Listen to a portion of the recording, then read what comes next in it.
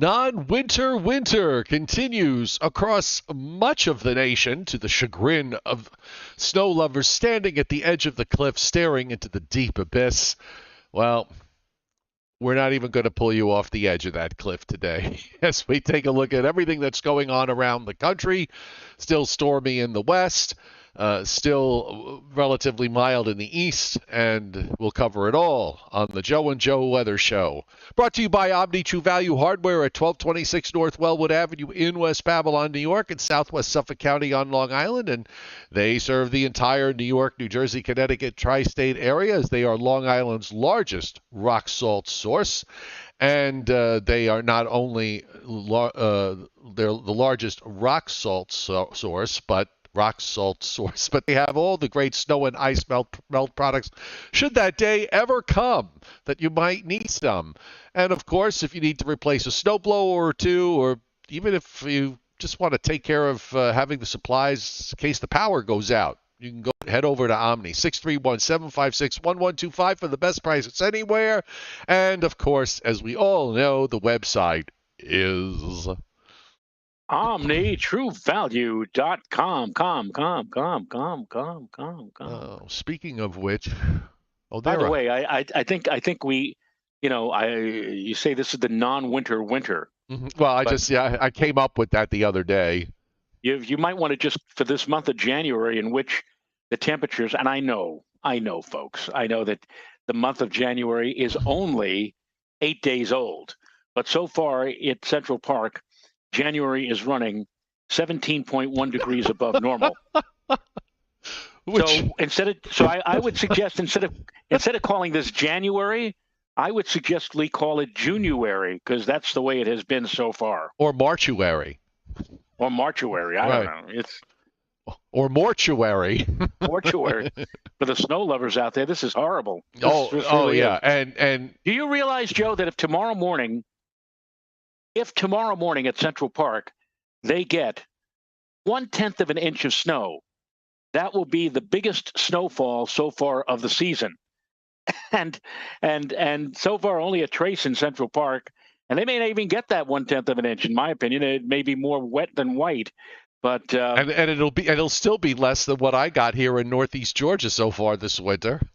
Amazing, because it's already snowed 3 times here. I may actually, with the way the upper air is, because down here you got to look at how the trough is set up. If you got a deep trough along the East Coast, you get mountain effect, and I discovered that in the 2 winters that this winter and then the winter from last year, that when you get that sort of northerly flow from the upper air, I get mountain effect stuff here, and the models are actually showing some of that in the Western Carolina mountains, and then kind of nudging in here to Northeast Georgia. So it'll be interesting to see if I get a few snowflakes down the road. Meanwhile, last week, we were talking Thursday about how some of the models, particularly the European, usually the last Wednesday or last Thursday, that the model sort of had opened up a crack in the window, and in the end, Joe, the crack was left there long enough for all the snow lovers to stick their hands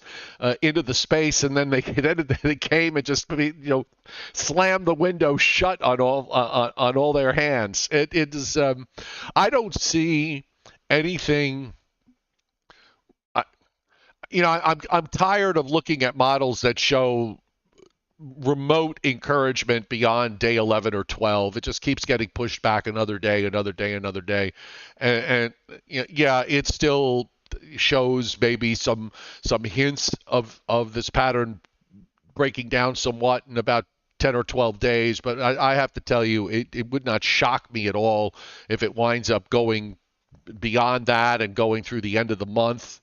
And who knows after that. It's very disheartening if you're a winter weather lover. And the other thing is, we've had winters where it's going on to the west and to the north and even to the south, and you're sort of sitting in this gaping hole. The whole country's like this. There's no cold air. There's no real cold air anywhere. Even in the west, the cold air they have is Pacific, and it's basically the mountains. So, there's no Arctic influence. There's hardly any Canadian influence with whatever cold air there is going on in the United States, and that's really sad. That's just sad. Well, people have been not emailing me, but asking me on Facebook, what about this big snowstorm that I've been hearing about for next weekend? What about that? And of course, we remember a few days ago I was ranting about the fact that there were a couple of local weather forecasters who were telling us about a major nor'easter and possible effects of snow 10 days in advance, talking about next Sunday. And as it turns out right now, Joe, from what I've been able to look at the maps this morning, GFS is still coming out, so it doesn't give us quite that far yet a look at what's going to happen next weekend. But it seems to me that now, instead of Sunday, it looks like whatever we're going to get is going to be Friday, and it looks like that's going to be a lot more in the way of rain than snow than anything else. So much for looking. It looks more like a glorified cold front than anything else. Yeah, so much for looking at the 10-day outlook, folks, because it's as I said, they rarely ever work, and it's not going to work this time either. You're right. You're absolutely right. I mean, you look at those things, and when you see the stuff in the long range, you have to take a step back and say, okay, what's the upper air pattern look like? And one of the things that one of the models last week was doing, what was the European.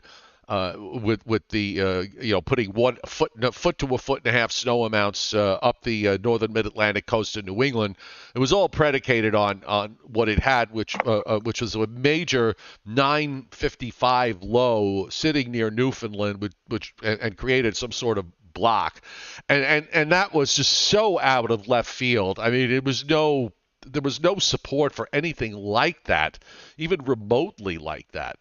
And you got to look at, a lot of times you can get caught up in the excitement, I suppose, if you look at, one or two runs, but you have to always ask yourself, does this make sense in the primary pattern? Have we seen this before this winter? And the answer to that question was no. So why, patterns hold for long periods, broad patterns hold for a long period of time.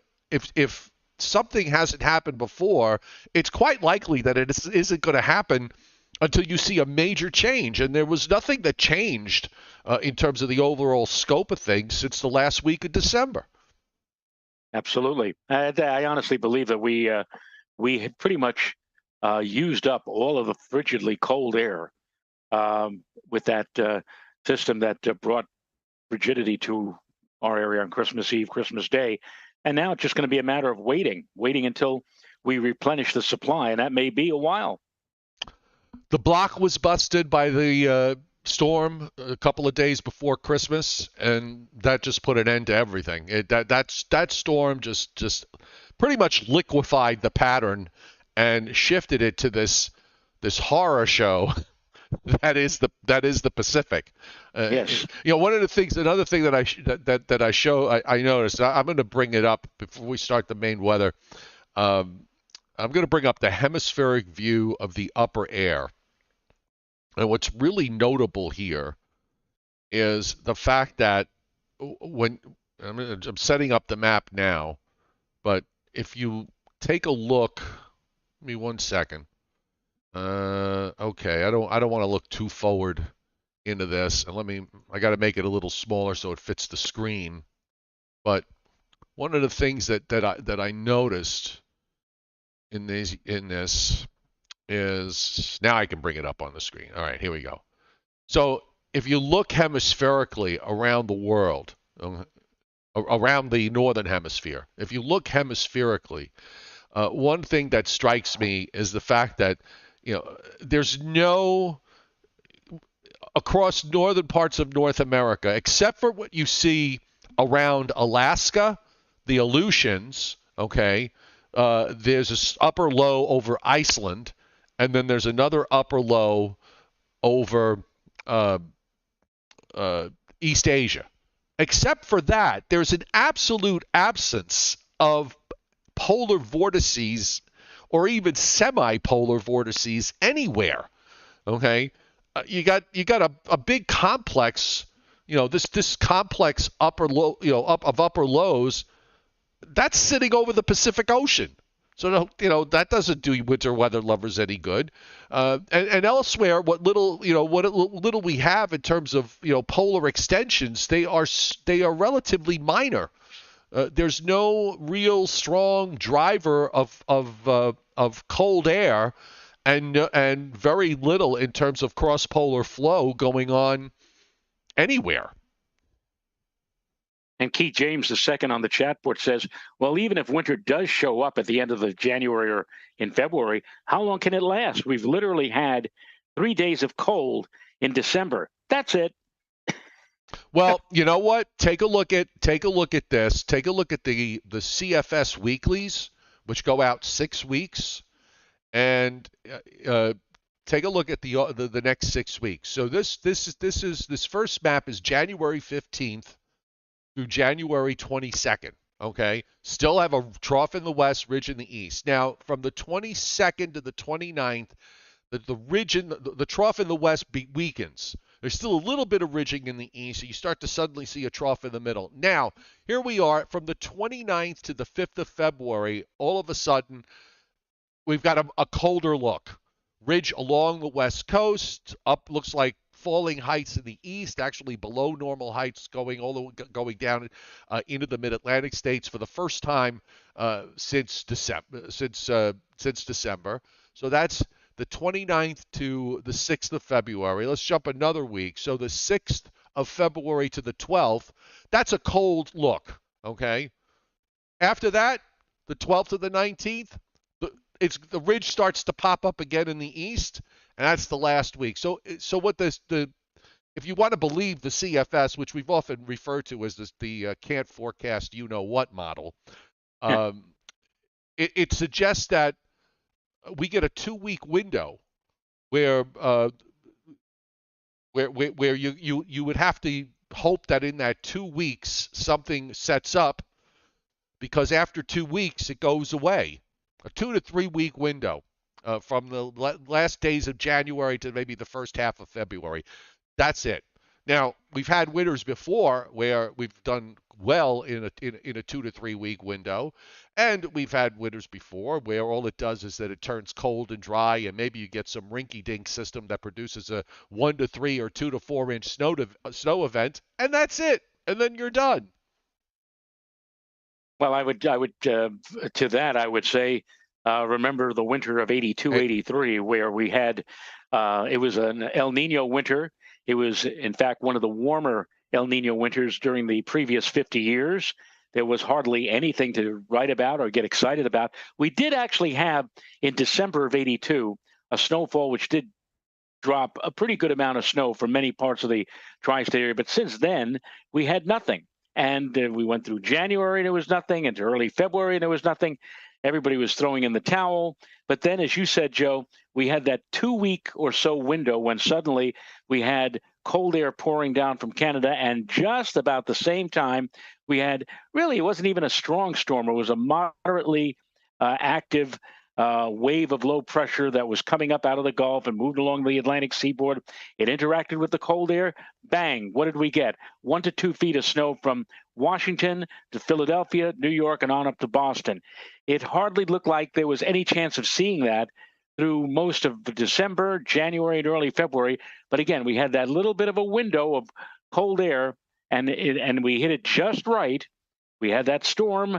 We had the snow. That pretty much was it as far as the snow lovers and winter weather lovers are concerned, because right after that, we went right back to a relatively mild pattern for later on in February and on into March. But we got the snow and we got the cold air, and there it was, and everybody was happy for a while. It could very well happen again in February. It could very well happen again at the end of this month. All you need is just, the meteorological roulette wheel needs to spin and land just where you would want it to land to get that. Otherwise, we'll just get cold and dry and not see much of anything. Yeah, Adam Lowe points out, again, going back to the CFS model, which CFS stands for can't forecast, and then the S word. Back in early December, the CFS had a trough in the east all January, and look what happened. I'll do you one better, Adam. There was a point Yeah, I don't get to see them, but the European weeklies, okay, there was one point in late November where the European weeklies, which apparently are always warm in the East, for one of the rare times that the European weeklies actually started for a few runs showing colder than normal temperatures across the eastern part of the United States for the month of January. And look how that turned out. Yes, it's a broken clock model. And, the other thing is, the other takeaway for me is, which I was thinking about this yesterday, it's my new answer now. I think when somebody asks me in October, what's the winter going to be like? Okay? It's a ridiculous question. It really is a ridiculous question to ask every single year in the months going into winter. Because it's pointless. There's no way. I don't care what anyone says, and I'm not trying to disparage people that are really into the long range professionally. They've got a very tough job to do trying to figure out a general weather pattern for several months or longer. But that's what they do. But from a practical standpoint, there's no answer to that question. I have no idea. You have no idea. We can look at things and kind of say, well, all right, well, this is what's going on now. But past performance is no guarantee of future results. That's what they tell you when you invest in a mutual fund. Okay, and that holds the same when it comes to weather in the long range. There's no way to know. Um, so don't ask the question. It's a silly question. Don't even ask it because you're gonna get a non-answer from you're gonna. I've been giving non-answers about it for forever now. It's gonna be even more of a non-answer going forward.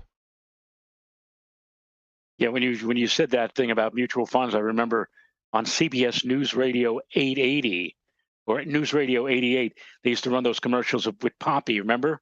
Uh, Yeah, he would tell you to invest. He'd say, if you invest with me for $10,000 now, by 2006 you'll have $100,000 in funds. yeah.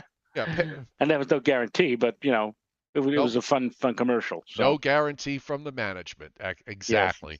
So why don't we get the ball rolling here? Welcome to everybody on this Sunday morning. By the way, on the chat board, we are uh, having our usual Sunday conversation here on the Joe and Joe Weather Show. Wonderful that you're part of it. And for those of you who are lurking in the background, welcome on to this Sunday morning show. Joe and I are on Sunday mornings, usually most Sunday mornings at 11 a.m. Every once in a while, we'll switch it off to 7 o'clock at night. But the weeknight shows are Monday through Thursday at 7:35. Fridays and Saturdays, unless there's a storm of importance going on, Joe and I take a couple of days to recharge our batteries. So be sure to to, subscribe to decompress. decompress. So be sure to subscribe to my YouTube channel, turn your notifications on, and you can see the Joe and Joe show and not miss it. Meanwhile, in the East, Joe, all we can find are winter weather advisories for Western Virginia into northwestern North Carolina and eastern West Virginia for this little system that's coming through today. And there's dense fog advisories in the eastern half of Iowa. Otherwise, it's back to the west where we have winter storm watches and warnings for the Sierra Nevadas and up into northeastern California. A long list of flash flood watches and wind advisories and high wind warnings as, surprise, surprise, the next storm coming into the western part of the United States. By the way, Max Bringle on the chat board. There's a name I've not seen. First time. He may have been with us earlier, but the first time I've noticed him. He said, if Joe remembers, the 1983 blizzard came as a surprise because the models predicted a few inches of snow and the storm was supposed to go out to sea. Not quite, Max. Not quite. For several days in advance of the storm, the models were saying that we were going to get clobbered by a big storm. It was literally 12 hours before the storm was to arrive in the tri-state area now I don't remember if it was the LFM or the NGM. If it was the NGM, it had just gotten started. It had just begun. It's in the process. Or if it was the LFM, it was the LFM about to relinquish its role to the NGM. Whatever model was, changed its mind completely, and that's when the models were suggesting that most of the storm would pass out to the south. We would get some snow, but certainly nothing like what had been predicted for the past several days. And then a few hours later, at the midday, the model said, oh, wait a minute, I changed my mind. We are going to get a big snowstorm. And all of the places that had dropped advisories and warnings and places that said, okay, it's not going to be as bad as we thought it was going to be, all of a sudden they had to scramble because here came the storm. Joe, when a lot of these places were dropping, and this goes to show you how people just rely and look at one model run to the next one without actually looking at actual weather. When with the February 1983 blizzard, the megalopolitan blizzard, when it took away the snow with that one single run, and everybody said, okay, we're not going to get it. At that moment, from Philadelphia to Toms River, that was the leading edge of S++ snow. And you mean to tell me that S++ snow, just a stone's throw to the south of New York City, wasn't going to get into New York City, and that you were going to rely on a model that was telling you, oh, don't worry about it, it's all going to go out to sea? No, you don't do that. But a lot of young people coming out of the colleges today, for example, with degrees in meteorology or atmospheric science, they look at these models and they take them at face value and say, okay, that's what it says, without mixing in a little bit of the human emotion.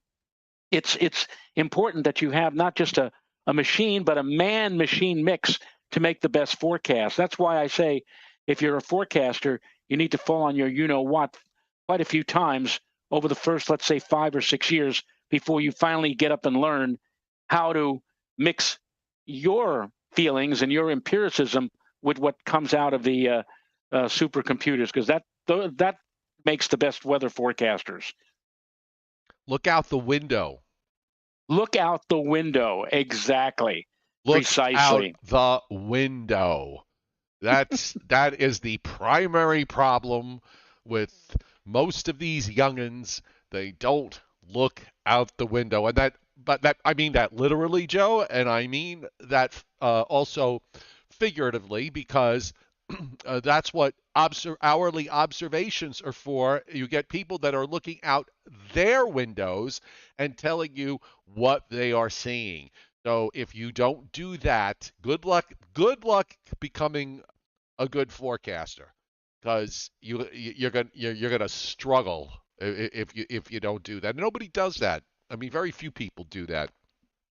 By the way, David Fuller hitting Super Chat this morning, and he says, listen, he's frequenting gossip mills, saying that he heard 3-week window and then the snow pattern is done. Well, yeah, that I guess that could be a possibility. I mean, certainly, the 3-week window is what some of the longer range models are showing, but you should don't hang around gossip mills. Although you always live by the mantra, Joe, if you can't gossip, why live? Yeah. Anyway, back to the Le Maps, and I want to go to the West Coast satellite. By the way, one of the things I noticed, I don't know if this is something new with the GOES folks, but the GOES loop, I would leave the GOES loop open on Google Chrome, and it would update automatically. And last week there was an outage of some kind, and they were up. As it turned out, they were updating something, but apparently now they don't update automatically anymore. I have to hit the refresh button. So every once in a while, I'll see something, and I'll wake up in the morning expecting to see the current satellite, and I'm looking at the loop from the day before, and then I have to, it's like, oh boy, that looks strange. But here's the West, and I just freshened it up. So the last picture here is from 6 minutes after 11 this morning, and we did have another storm move into the western part of the U.S., and you can see there's a swirl there off the Washington coast that's moving northward. And as you look out to the west across the Pacific, we got stuff. Here comes another surge of moisture. Here's another system back further west than that. All of them moving eastward. and all of them. Well, there's two of them here on the satellite, so both those systems, and of course the one that just moved in, making three, as the parade of storms in the west continues. Meanwhile, we'll look at the U.S. view, and let's see, is this one fresh? This one freshened up on its own, so that's good. And not a half bad day in the Northeast. It looks like it's more sunshine than anything else. Starting to see some clouds in southern Pennsylvania, southern New Jersey, and points southward. We've been raining here in North Georgia for a while, although it's kind of stopped for a moment, for a bit, which is good. And you're seeing some thunderstorms going on off the coast of Louisiana and Texas. This week, low, there's nothing here to support. If this were, we've got some marginal cold air in the Northeast surface and aloft. If this system sliding eastward the way it is, if it were going to amplify a bit, this might have been for tonight into tomorrow morning a nice 1 to 3, 2 to 4 inch snowfall with temperatures sitting between, say, 32 and 34. You probably could have pulled it off. But this is not an amplifying system. This is a system that is going to be weakening as it moves eastward. So there really isn't much you can do with this. And I agree with you with respect to whatever falls overnight into tomorrow morning. You're not going to have the intensity. I don't think you're going to have the temperatures, the ground. Here's one of the times where I will admit that the ground is too warm. So yeah, I'd be shocked. Maybe some areas well inland, maybe some areas in elevation could put down a coating to a half an inch or maybe an inch, and that's kind of what the Weather Service is doing. It did with their forecast from overnight and this morning. I mean, we're talking about next to nothing here, but they put out a map for next to nothing. What can you do? I see it. Cecilia Hernandez is saying, I've been hearing rumors about a big snow next weekend. Is that true? Everybody just sits in those gossip chambers. It just it's instead of talking about who's sleeping with who, they're talking about weather. I got to find out where these places are.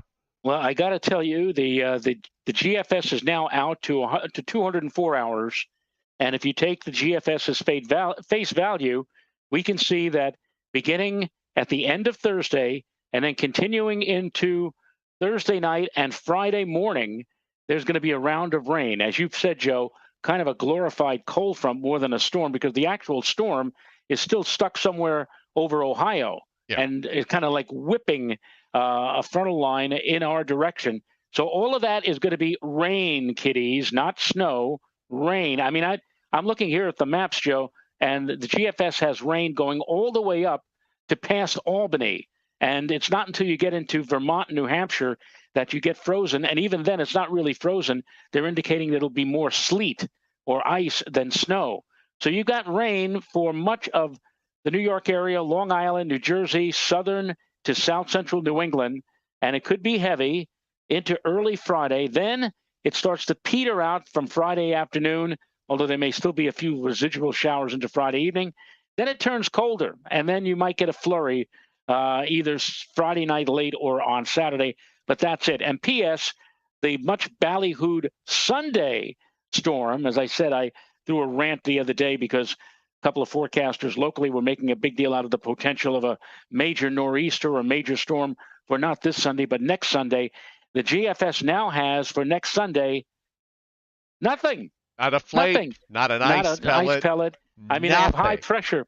They have high pressure building into Pennsylvania during the day on Sunday, with the likelihood of increasing sunshine for Sunday. So much for the big Sunday storm, Sunday the 15th. I didn't even hear about this. I'm too walled up here. I'm isolated. I didn't even hear about this Sunday thing.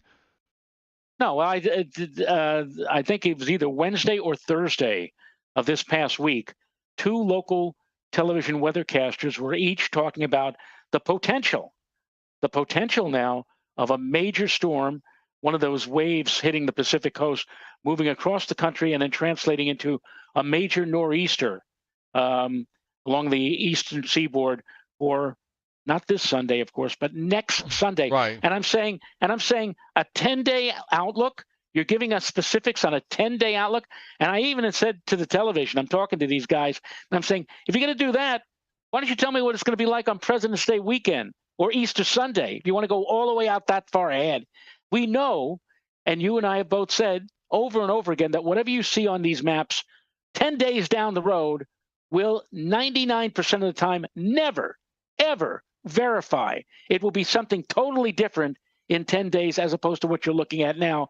And it appears now that that's going to be the case, that whatever unsettled or adverse weather we're going to see will be from a rather potent cold front Thursday night and Friday, and that by the time we get to Sunday, it's all over.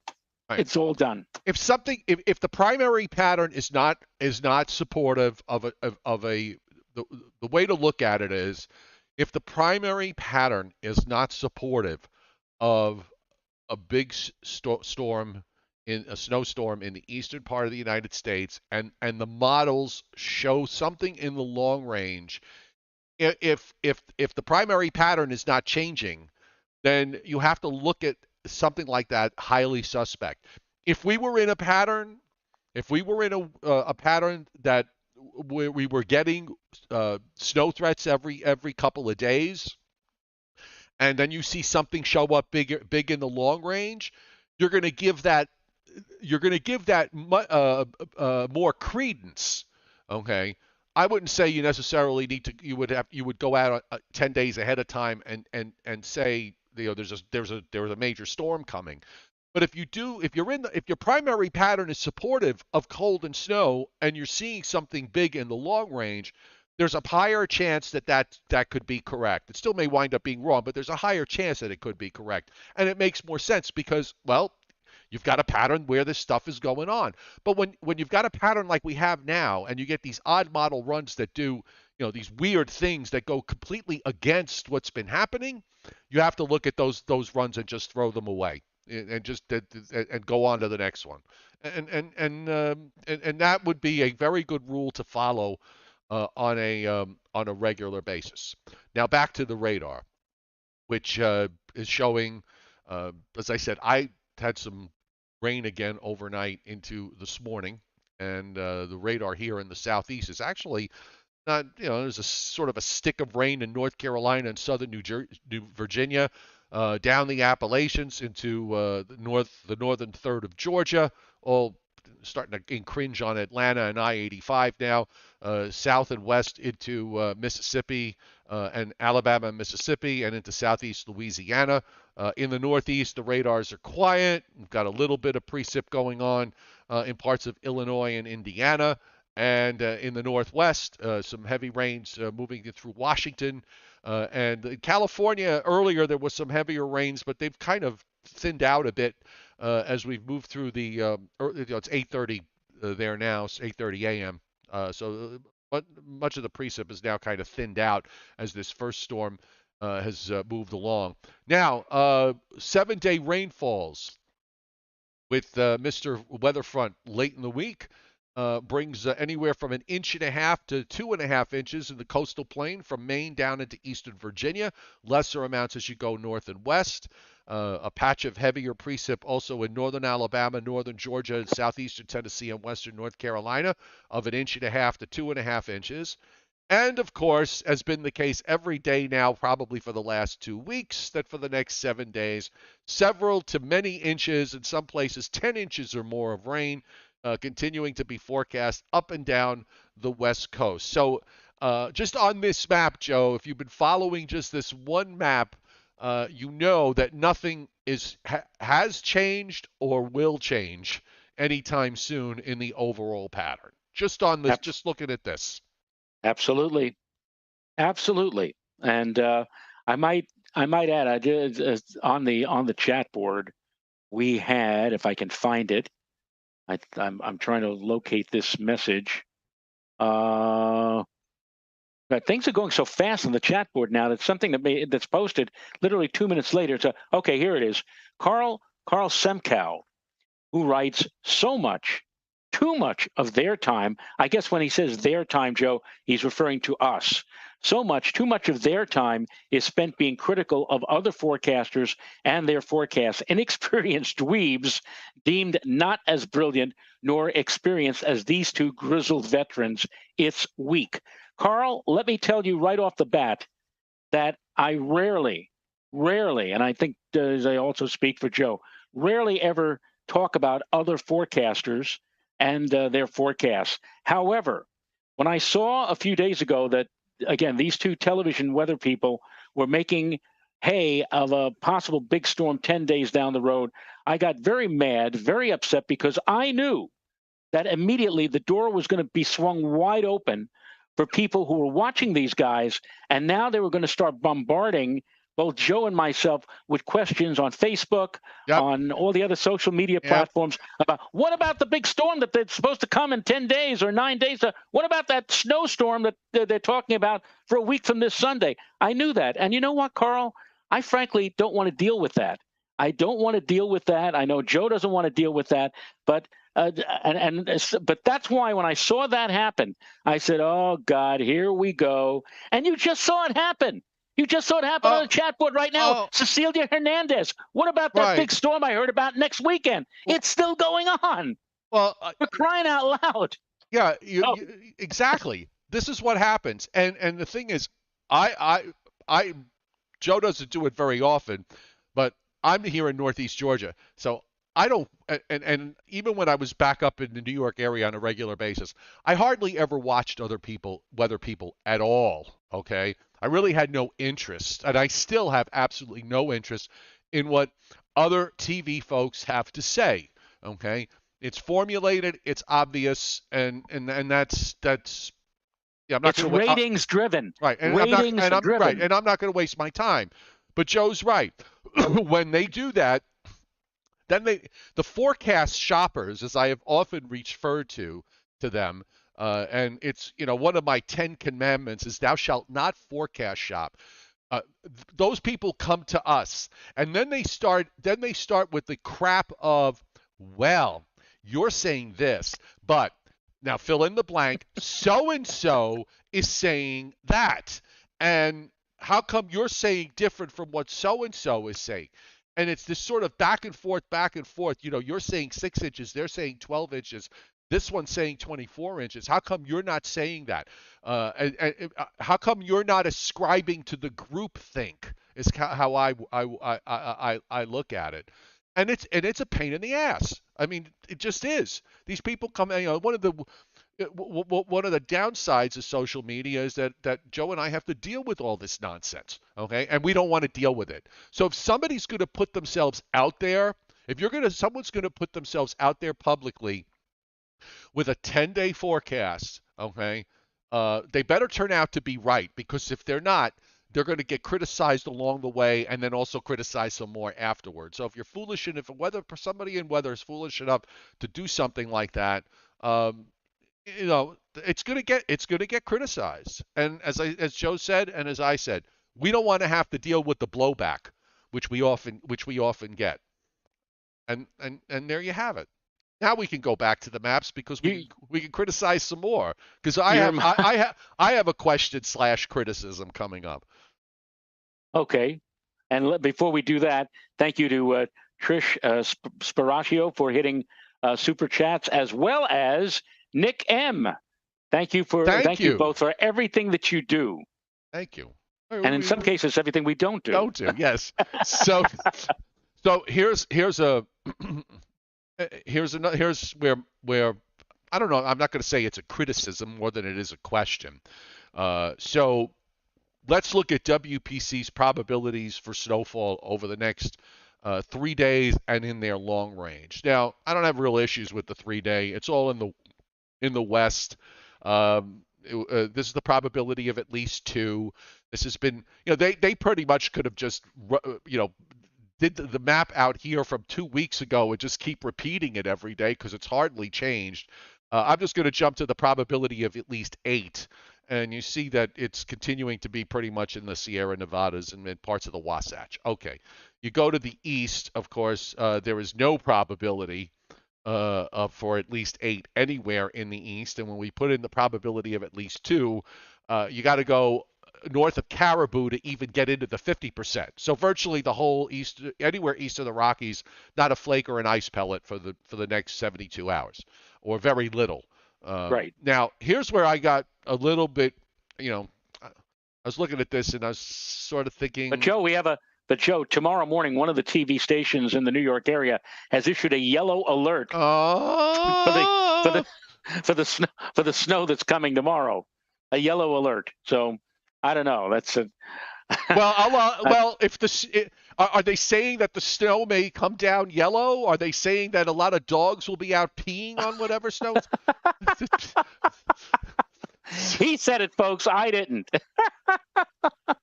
WPC. Now, Joe, I have a lot of respect for WPC, but sometimes I do call some things that they do into question. I also do understand that there's a lag when they're doing their forecast that we see especially on Sunday mornings. The forecast was done. The last long-range forecast was done at 11 o'clock last night, so they really don't have a new forecast based on the overnight guidance. But Thursday, you can see the probability of at least, let's say, 3 inches. It's all in the west. This is Wednesday into Thursday, Thursday into Friday. Okay, now I kind of get why they're doing what they're doing for Thursday into Friday. And they've got a low probability of 10 to 30% north of Albany, Vermont, New Hampshire, and Maine. All right, that right there tells you where the warm front is setting up, all right, which is not south of New York City, not south of Philadelphia, Washington, D.C., or Baltimore. It's setting up somewhere along I-90. So now we go to Friday into Saturday. And this is where I was kind of looking at this and saying, well, I don't know. I mean, this seems a little bit much to me. I saw that yesterday, Joe. Yeah, so they got probability. I mean, I know it's just 10 to 30% in the light green, but they do have it in northwest New Jersey. They do have it in the Hudson Valley just north of 84, and northwest Connecticut north of 84, and the northern half of Pennsylvania. I don't know. I just kind of looked at that and I thought, yeah, the only way that happens is if that big high in eastern Canada at the last minute builds down further south than advertised, and I'm not seeing that as a possibility. And even that's Friday into Saturday, and then even Saturday into Sunday. Okay, at this point it's over with. It's probably colder air in upstate New York and in northern New England, so I'm not going to have too much of an issue with this one. But I saw this for Friday and Saturday, and it just it raised one of my eyebrows. And they are on the bushy side, so when I raise my eyebrows, you do tend to notice it. Yes, it's something right out of Andy Rooney. Oh, he needed a lawnmower. He seriously needed a lawnmower. But I agree with you. I saw this yesterday. Now, this map, the winter weather outlook map, was last updated at 0500 hours, which means midnight last night. So there was no guidance that they saw. There was no overnight guidance that they saw. They didn't see the new European. They didn't see the new GFS, et cetera, et cetera, et cetera. So I'll give them a pass because it's an old forecast. Because when we do the 7:30 show, at least they've got the new dayside stuff updated, but they don't. So on that note, let us go now to the overall upper air pattern. We've got the new GFS. Not all the maps are in, but certainly out through 7 days on this view, the North America view. And what is common here in the pattern this week is where's all the action, folks? All off the West Coast, all into the Pacific. The jet in the Pacific is pretty far south to just north of Hawaii, so these storms continue to crash and impact California in a big way. Meanwhile, in the east, there's sort of a minor polar connection that's bringing some colder air into eastern Canada. Some of that's going to try to bleed southward, but in no way does it bleed as far south as what was indicated by some of the models late last week. Mainly because the system this weak system that moves off the coast on Wednesday doesn't do anything. It just goes out there in the Atlantic and keeps on going. And then you've got energy from this West Coast storm that comes in on Tuesday, goes into the southern plains. You see that upper low there in Missouri, and the ridge pops right back up in the east. Again, no polar connection at all. The upper low, which the European late last week, Joe, had this upper low off the Florida coast. You looked at it, you'd say, is Miami going to start issuing advisories on it? It was so far south. Instead, it's winding up going into western New York and western Pennsylvania, which is where your primary low is going to be. And then that goes out. Meanwhile, out in the west, more storms coming into California next weekend and the following week and on and on. The last map here on Tropical Tidbits is Wednesday, January 18th. So a week from this coming Wednesday, guess what? The troughing is still in the west. You've got general ridging still in the east. And no, but look where the polar flow is. If you want to make a case for any kind of colder air, that's it. Go to northern Labrador and get some Siberian Huskies and hang out over there, because that's there north and west. That's where your cold air is essentially locked in. It can't move further south. And we're in this southern part of the jet stream where we're getting the BB flow, Joe, the BB flow, Baja to Bangor. Yep. Baja to Bangor. Sorry, folks, all of you winter weather lovers. And next to President's Day weekend, I guess Martin Luther King weekend, which is next weekend, is a big weekend for skiers. Doesn't look like that's going to be the case this year.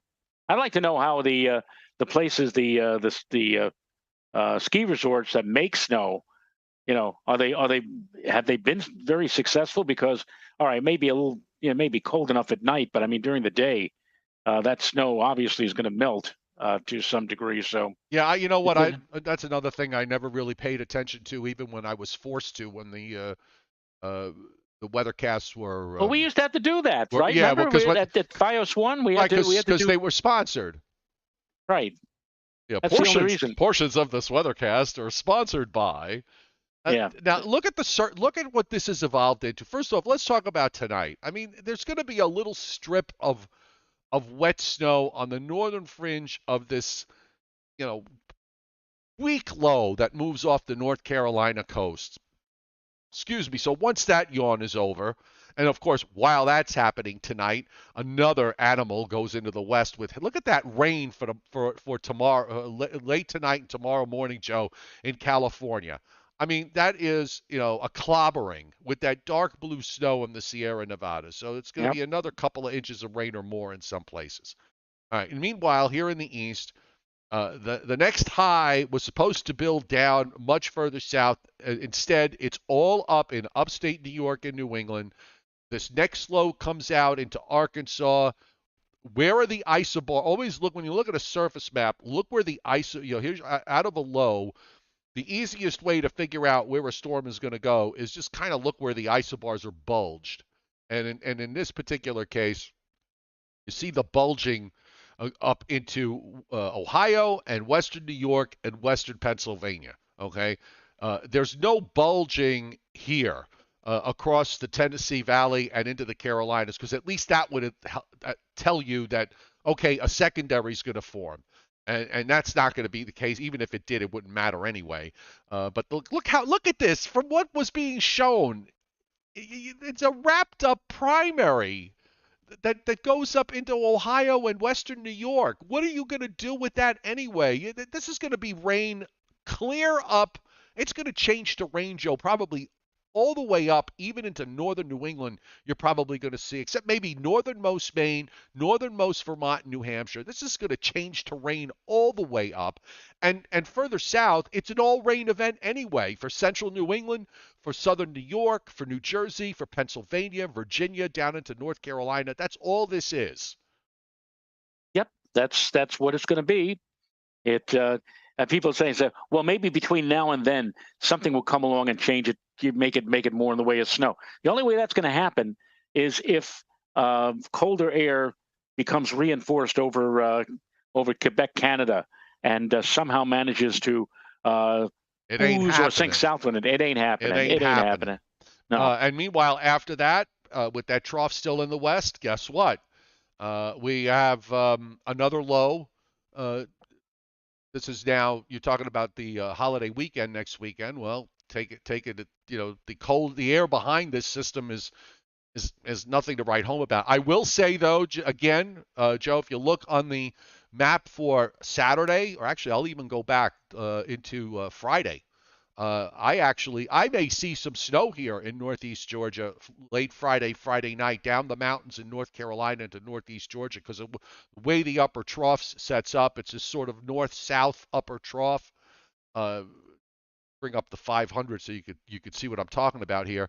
But it's this potentially this northerly wind aloft. That and it's cold air, so that helps the cause for me to see some local effect mountain snows here. And that lasts, by the way, through Saturday and even into Saturday night and early Sunday morning of the 15th. So I will continue to be able to say 10 days from now that I've seen it snow here more than you've seen it snow there. And then after. Garo Vestas answering my question about the ski resorts. He says, even in Vermont, there is grass, horrible ski conditions. The Catskills, beyond horrible, he says. Windham and Hunter Mountains, not doing all that well. So this is certainly not a big. And by the way, the latest that it has snowed significantly or measurable snow has fallen in New York was back in the winter of 72, 73, when I think the grand total for snowfall that winter was 2.8 inches at Central Park. January the 29th, 1973, New York saw a 1.8-inch snowfall, which was the biggest of the season, the first measurable snow of the season, the 29th of January, Joe. So that's something to shoot for if tomorrow morning. Yeah, what? I was going to say there was a winter in the late 90s, I think, where we didn't get the first inch of snow until like well into the month of February, I think. What I think? No, I know what you're talking about. That's the one where we had 5 inches on March 22nd, 2 days after spring began, the winter of 97, 98. And before that, there was a half an inch of snow that was recorded. And I believe that half inch or part of that half inch came a bit earlier than January 29th, maybe. They might have gotten like 1/10 of an inch of snow or 2/10.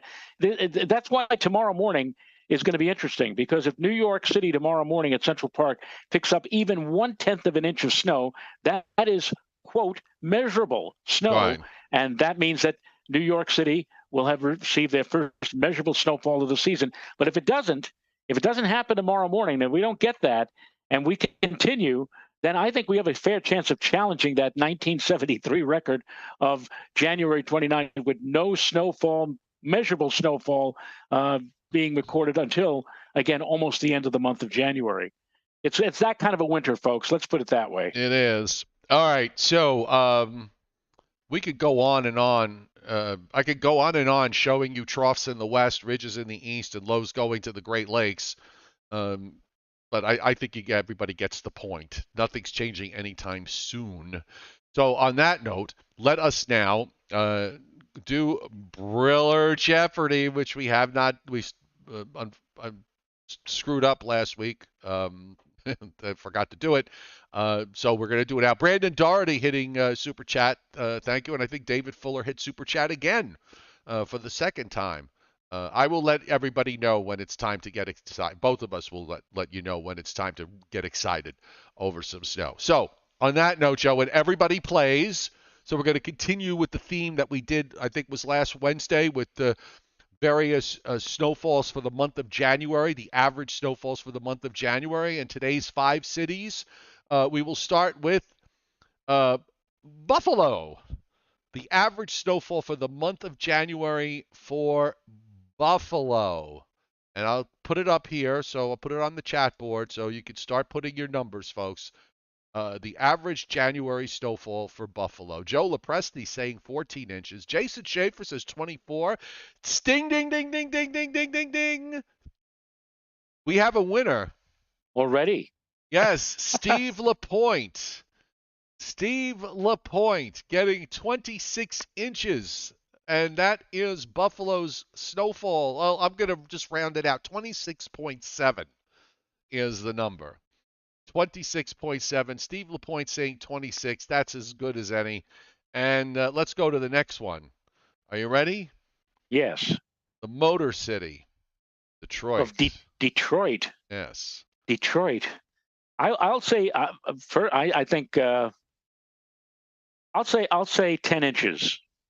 Well, Keith James says 9. Christopher Alley says 12. Steve Lapointe, ding, ding, ding, ding, ding. And Leon Probitsky also. And David Fuller.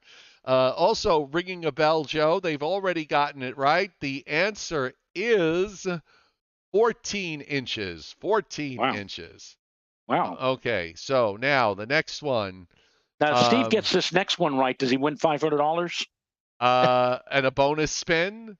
and a bonus spin? No, but he's going to have to lay off Google. Minneapolis. Minneapolis is the next one, Joe. What do you think for Minneapolis? Oh dear, Minneapolis. I don't think Minneapolis gets as much snow as a lot of people think they get. Although right now they're in a pattern where they've been getting racked every 2 or 3 days. I'm going to say 9 for Minneapolis. 9 for Minneapolis. Well, John Charles says 16. John Charles says Steve used to live in Buffalo and then Detroit. Okay. Steve Lapointe 21. No, that's not right. David Schwartz 28.5. No, that's not right. Chris Alley a dozen. No, that's not right. However, ding ding ding ding ding. Frank Riccio and Keith James II both hitting with 11 inches. And 11 inches is the average January snowfall for Minneapolis. So yeah, you're right. There's that in the middle of the country in the dead of winter, they actually get less snow, and the focus is more in the in theory is supposed to be more for the East Coast because that's the coldest that's the coldest time of the winter. But maybe not this year. I don't know. Philadelphia. Philadelphia is next on the hit parade. Mr. Rayo, Philadelphia. 7. 7 inches, say you. Okay. And Owen Diano says 8. Joe Lopresti 4. John Charles says 5. Chris Alley 9. Arthur Cotman says 8. David Fuller says 7. Hudson Valley Weather says 7.1. Okay. And with that, Joe, we will ring the bell. Ding, ding, ding, ding, ding. Philadelphia 7.1. You mean I lost by 1/10 of an inch? Yes, you would have won, but since he outbid you by 1/10, well, and he hit it on the nose. Yeah. So the last one now is Nashville. Nashville. All right. It's Nashville. Nashville, Tennessee. About 4. 4 for Nashville. Chris Alley says 3. Owen Daniel says 6. Magnolia. Oh, Magnolia. Perfect name for a southern state in a southern city. She says 2. Or he says 2. I can't tell on the picture if that's a he or a she. Joe Lopresti 3.5. Bobby Livingsworth 3. Frank Riccio 4. Miss Fallerite 4. Lou Aricio and Patrick Darcy join Magnolia, Joe, as does Rosemary Osborne and Adam Lowe and James Davison, all saying 2. And the answer to Nashville is 2. They got it right. Well, okay. I said 4, right? You said, I forgot what you said. Whatever. So anyway, on that note, Okay. I'm going to take a quick peek at the GFS a little further out just to see. That's out to 318 hours. Oh, here comes a soaking rainstorm on the 21st. I mean, the lowest thickness anywhere in the United States, Joe, is a 534 thickness. I mean, what does that tell you? Tell me we ain't going to get cold for a while. There ain't no cold air anywhere for another 2 weeks. Excuse me. That pomegranate juice is coming back on me.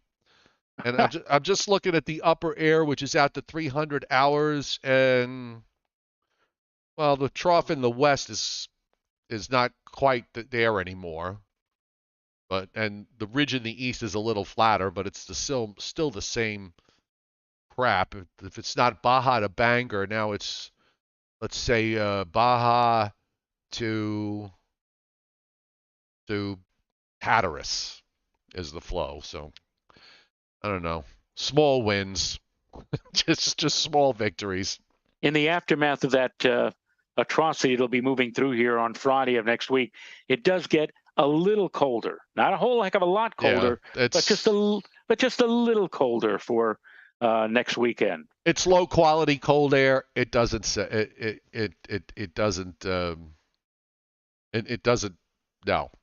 Actually, Bobby Livingsworth, I just want to correct something. Joe Rayo did not say that January was going to be brutally cold. What Joe Rayo said was at some point later in January that we would get a brutally cold air mass coming down. Right. Am I right? That's what you said. You did not. Yes. You did not say it was going to be a brutally cold January. And it was just speculation. This is not something that, yes, it definitely will get cold at the end of January. No, it was speculation that, since we were so cold in late December, that maybe it would take another month for it to recharge and come back in late January. But right now, the brutally cold conditions do not look like they're going to repeat. So maybe early February. Maybe not for the rest of the winter. I don't know. Pomegranate does not taste like bologna. Oh, maybe I'm not a big fan of pomegranate the fruit, but pomegranate juice I'm good with. Latex, it works for me. Yeah, my biggest, one of the other things, just really quick, because then we're going to say goodbye, is everything, whatever's going on with the polar vortex, whatever's going on with the Madden-Julian oscillation and all the rest of it. If the Pacific trough doesn't break down, it's not coupling.